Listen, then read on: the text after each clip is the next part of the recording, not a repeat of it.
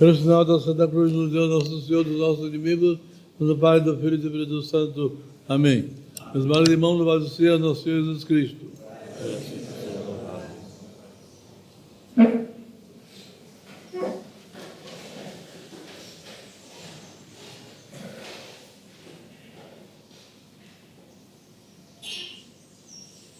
Celebramos hoje a festa da Epifania do Senhor, popularmente Dia dos Santos Reis.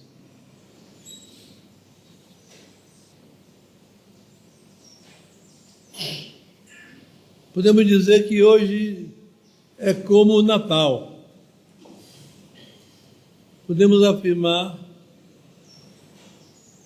assim como celebramos o nascimento de Jesus em Belém, o anúncio dos anjos e a ida dos pastores até o presépio para adorar o menino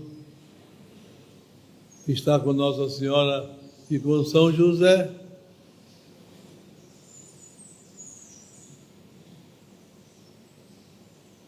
Sabemos que tempos depois apareceu em Jerusalém um séquito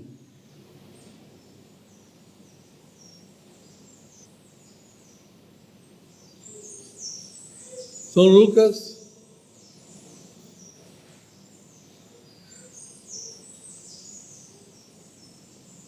não toca no assunto, mas São Mateus narra que chegaram uns magos do Oriente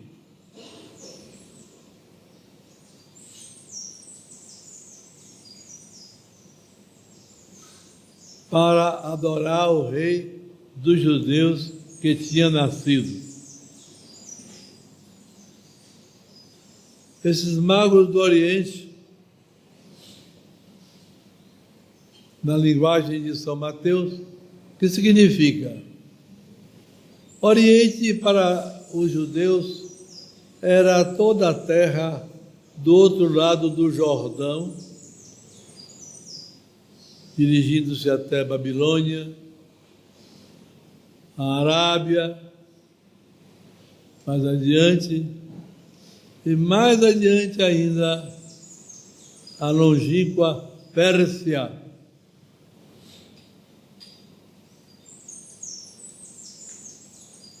De onde dá a impressão terem vindo esses magos. Porque a expressão mago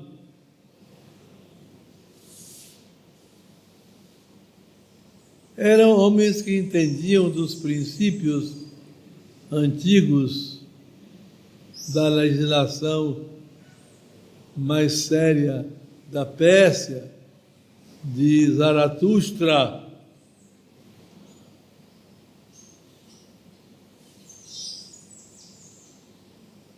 Eram homens de classe social alta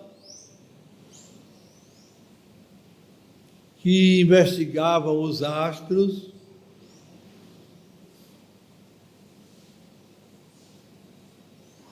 e é certamente por isso que Nosso Senhor se serve dos astros para guiá-los nessa viagem em busca do rei dos judeus. Como eles tinham, esses longínquos persas, conhecimento da futura aparição do rei dos judeus, não sabemos exatamente. Mas se sabe que aqui e ali havia estrangeiros que tomavam conhecimento da lei de Moisés, dos livros da Bíblia, e que eram inclinados a acreditar naqueles livros como sagrados, e então acabaram esperando que viesse o Messias, o Salvador do mundo.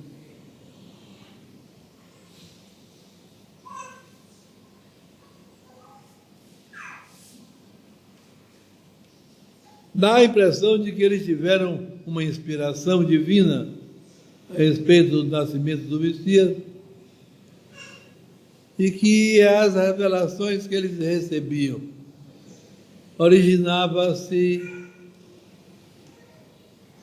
de recursos que Deus usava manifestando os astros. Daí que uma estrela, que eles consideram a estrela do rei dos judeus, lhes aparece uma estrela diferente, um astro que se move, que serve de guia no caminho, como dá para se perceber quando eles chegaram a Jerusalém e de lá saíram até Belém, até exatamente ao local em que estava o Salvador, que a essa altura, não é, passados aparentemente alguns meses, estava com São José e Nossa Senhora morando em Belém, certamente numa casa alugada por São José, que, sendo carpinteiro, sustentava a sua humilde família por esse meio, por esse recurso.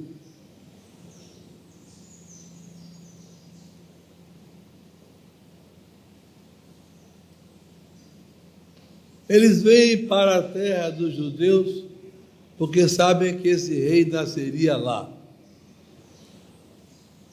Porque a estrela os conduz naquela direção.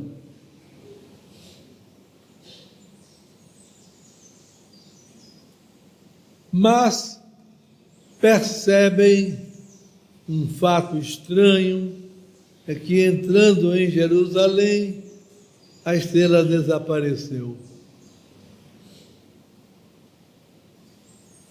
O que significava? Que era em Belém, uma vez que ela veio iluminando o caminho todo, só se apagando agora,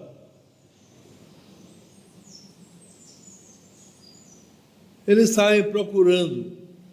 É um séquito solene.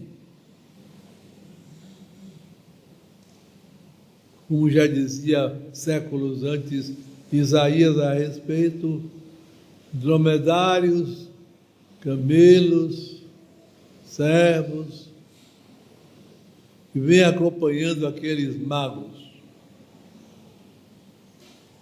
Rigorosamente não sabemos quantos eles eram, rigorosamente.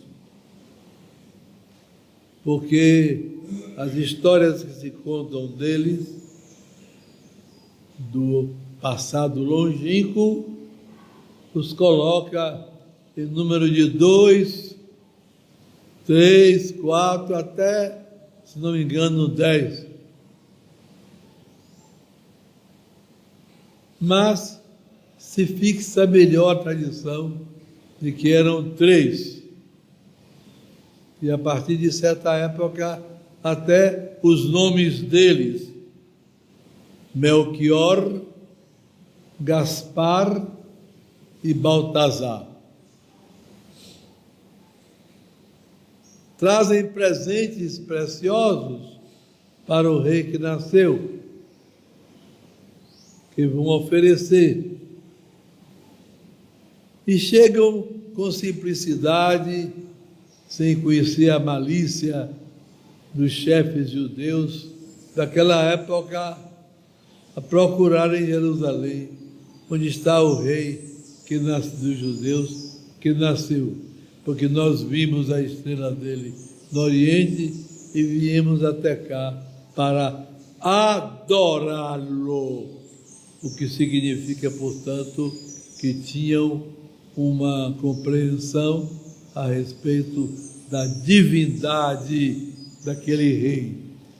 Não era um rei comum, Ser rei já não é coisa comum, mas ali muito menos. Também se narra que trouxeram ouro, incenso e mirra, que a tradição interpreta como símbolo da crença que eles tinham.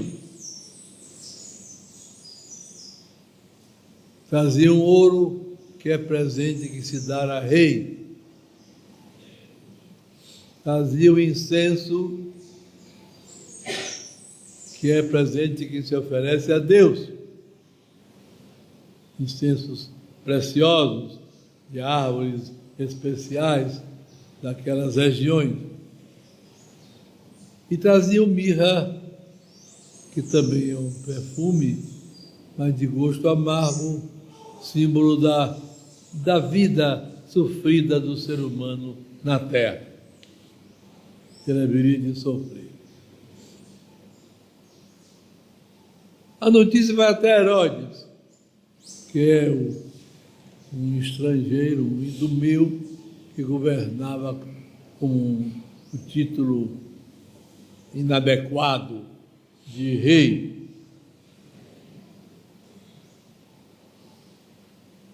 E ele não sabendo, mas sabendo que havia a tradição do Messias, reúne os intelectuais judeus,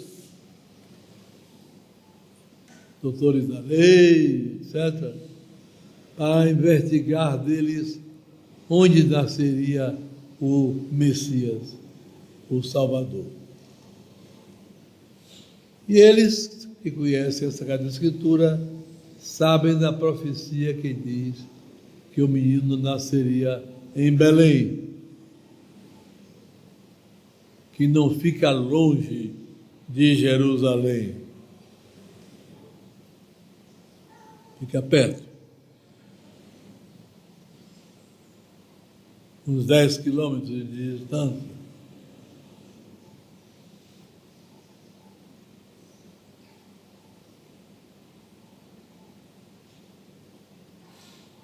E perguntados, eles respondem, não, está decretado que ele deve nascer em Belém. Porque então está esse século aqui, solene aqui, que diz que ele nasceu e que vieram adorar. Tivesse eles o bom espírito de bons judeus, descendentes de Moisés e Abraão, e teriam ido com os magos até Belém. Mas era tão pouco o interesse deles que responderam aos magos, mas nada mais fizeram.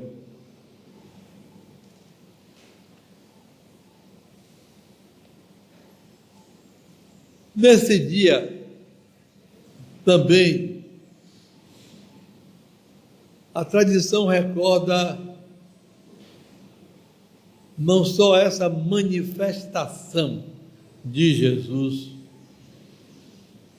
aos magos, mas outras duas manifestações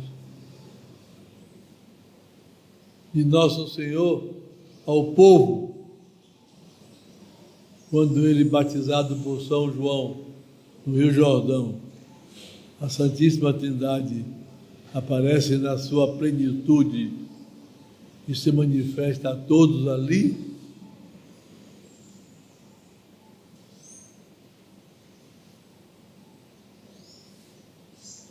E quando Jesus transforma a água em bom vinho nas bodas de Caná. Hoje a igreja coloca essas celebrações em dias diferentes.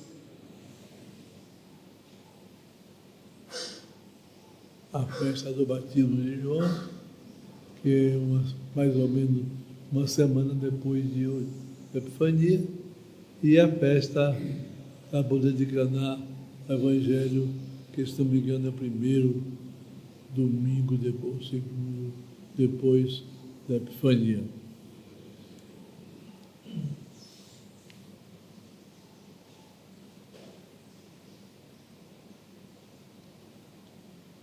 Quando eles saíram de Jerusalém, foram tomados de uma grande alegria, porque viram que a estrela apareceu de novo.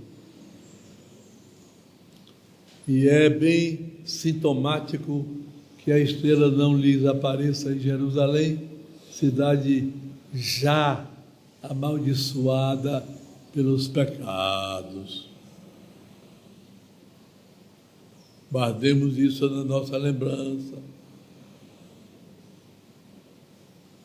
Nós somos católicos, pertencemos à religião verdadeira. Cabe a nós pecado? Cabe a nós pecado? A existência da confissão, do padre que absolve, não deve deixar-nos num relaxamento perigoso de pensar, eu peco, depois vou me confessar. É preciso muito cuidado com isso. Eu peco, depois vou me confessar. É assim? Evidentemente que se pecou, arrependa-se e vai se confessar. Mas viver nesse propósito, será que conseguirá fazer uma confissão bem feita com esse estado de espírito?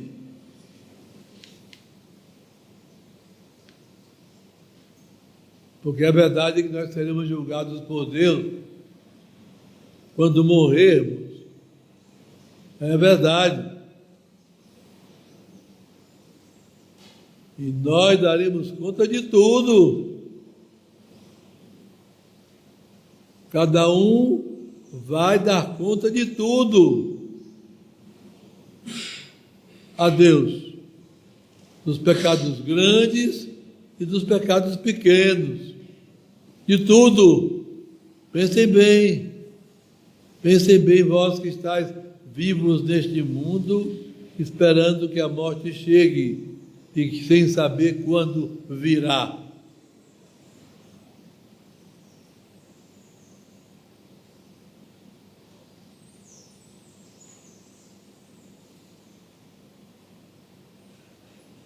Essa estrela certamente deveria ser um anjo disfarçado de astro, porque ela estava orientando astrônomos, estudiosos dos astros de lá da Pérsia, gente que investigava os astros e que tinha conhecimentos astronômicos. Nós sabemos, por exemplo, que na antiguidade, antes de Jesus, já se conheciam os eclipses, por exemplo. Eles eram conhecidos.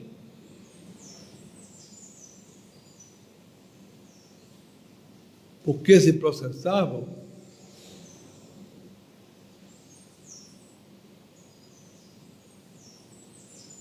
A igreja celebra, então, meus caríssimos irmãos, hoje,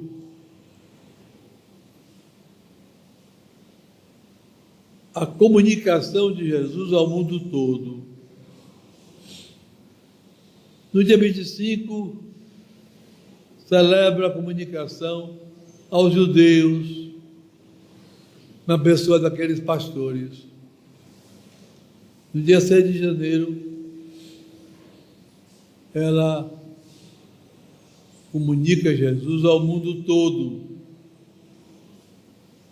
Todos são chamados à salvação. Primeiro, os judeus, depois os não-judeus.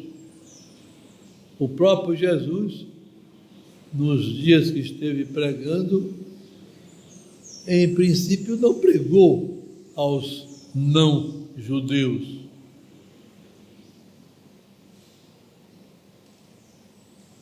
Naturalmente que na medida em que o não-judeu descobria Jesus e confiava e buscava, encontrava. O episódio daquela mulher cananeia, daquela estrangeira, daquela não-judia, cuja filha estava possessa do demônio. e vendo Jesus passar e sabendo dos milagres que fazia, saiu atrás gritando para ele socorrer a filha dela,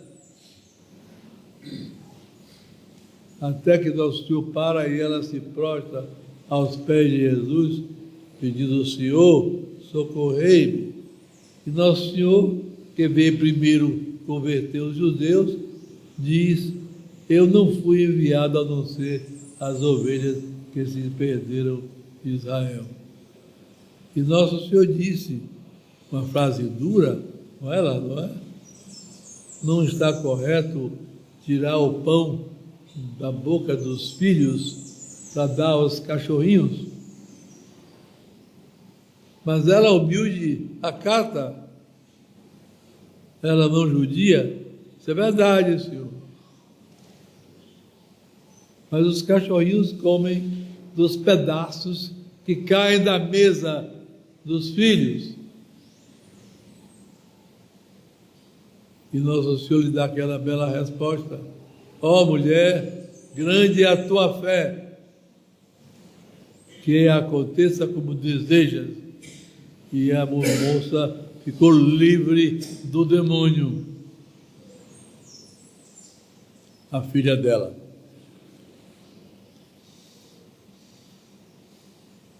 Então, meus irmãos, nós celebramos os Santos Magos, celebramos os nossos primeiros irmãos, nós que não somos judeus, não é? Celebramos os primeiros irmãos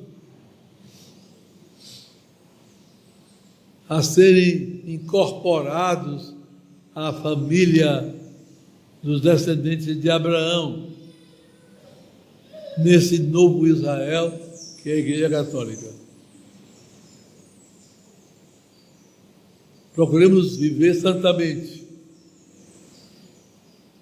Procuremos conhecer direitinho a sã doutrina católica para praticá-la e ensinar aos outros, atrair os outros para Deus. Por quê? Porque nós sabemos que existe, depois da morte, o céu e o inferno. E quem não for para um lugar desse, vai para o outro. Deus não faltará com a sua graça a vida toda para qualquer um, mas qualquer um pode rejeitar a graça de Deus. E então perder o céu. Guardemos nosso coração. Vejamos como vivemos, modo de falar, modo de pensar, modo de agir, modo de se vestir, o que cantar, o que conversar, que palavras utilizar, tudo em função de nossa eterna salvação. Temos os socorros da Igreja Católica que Deus colocou no mundo para todos,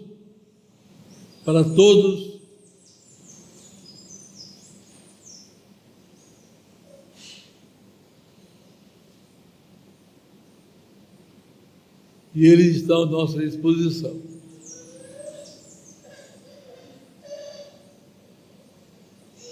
O maior de todos é a Santa Missa, não é? Onde aqueles que estão preparados, perdoados de seus pecados, confessados, poderão receber a Santa Comunhão. E o outro mais importante é o rosário. É o rosário. Rezado inteirinho, os 3 terços, 3 terços. Não existe rosário de 4 terços. 3 terços. 3 terços. Rezado pelo menos uma vez por dia. pelo menos. Perde-se muito tempo, de estações mundanas, devia estar com o seu rosário na mão, santificando-se e alcançando graças para este pobre mundo. Mas Deus está aí, não é? Correndo altos perigos. Nossa principal contribuição é a oração. É o Santo Rosário dirigido ao coração de Jesus por meio do coração imaculado de Maria.